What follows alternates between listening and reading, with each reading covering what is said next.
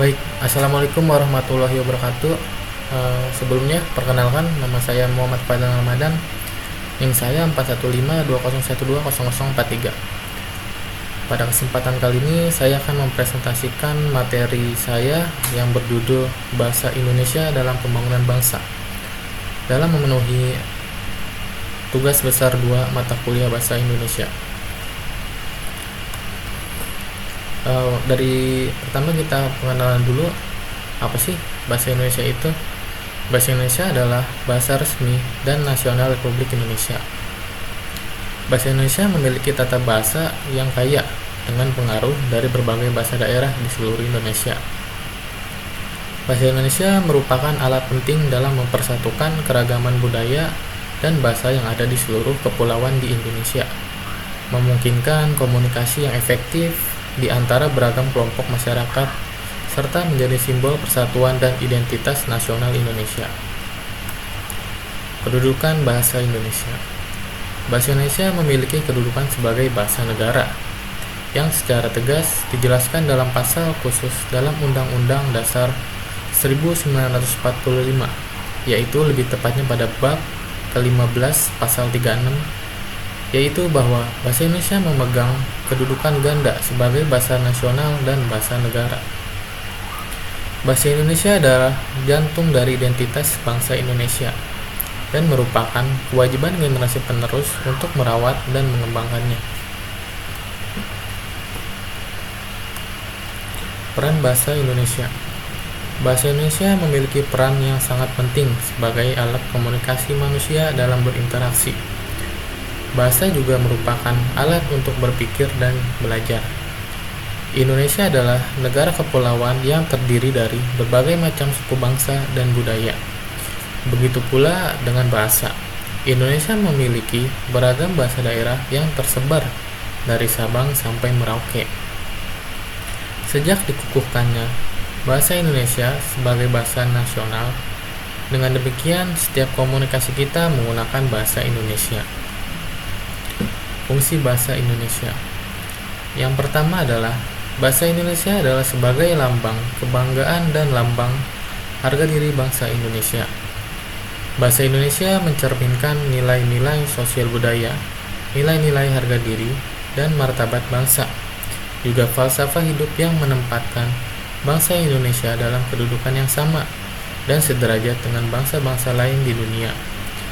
Fungsi kedua bahasa Indonesia adalah sebagai lambang jati diri bangsa yang akan menampakkan ciri khas sekaligus membedakan bangsa Indonesia dari bangsa-bangsa lain di dunia. Bahasa Indonesia dalam sejarah pembangunan bangsa Indonesia. Pada saat dicetuskannya bahasa Melayu Riau sebagai dasar bahasa Indonesia pada Sumpah Pemuda 28 Oktober 1928 lalu, perkembangan bahasa Indonesia terus bereksplorasi secara meningkat. Bahasa Indonesia semakin berkembang dan beradaptasi.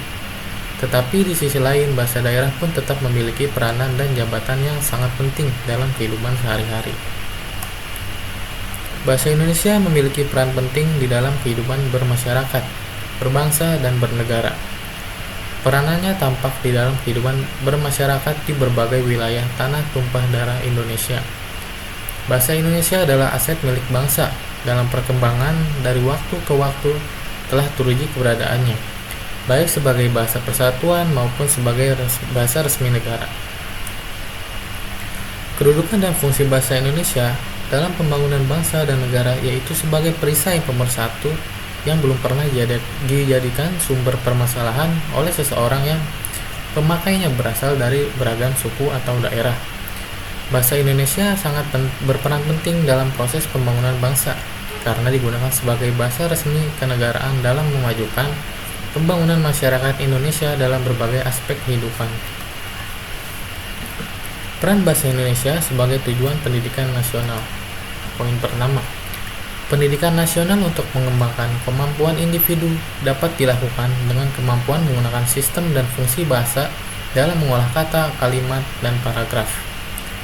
Kemampuan menggunakan ragam bahasa secara tepat untuk komunikasi ilmiah sehingga menghasilkan potensi diri dan kreativitas yang baru dalam berbagai bentuk.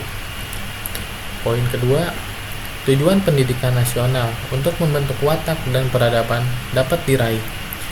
Kecerdasan berbahasa memungkinkan seseorang dapat mengembangkan karakternya lebih baik. Watak dan peradaban masyarakat dikomunikasikan dan diekspresikan melalui keelokan bahasa. Oleh karena itu, bahasa merupakan salah satu alat untuk menunjukkan identitas diri atau alat untuk mengekspresikan diri.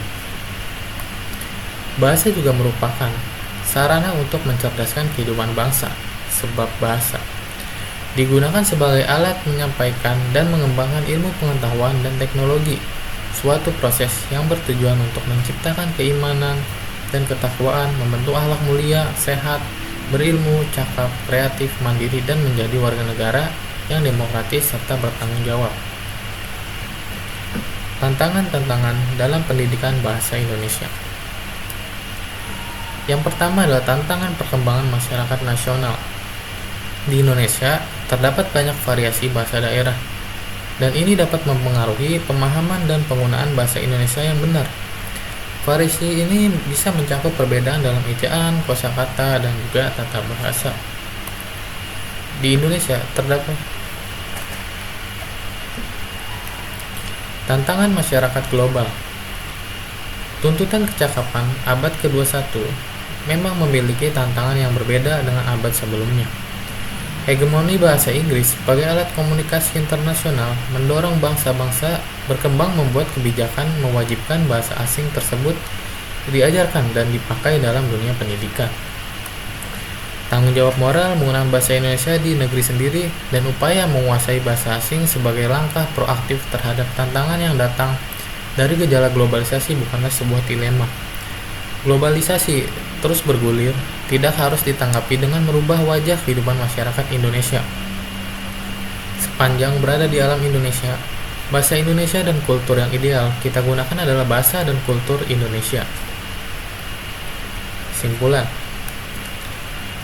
Bahasa memiliki peran yang sangat penting sebagai alat komunikasi manusia dalam berinteraksi.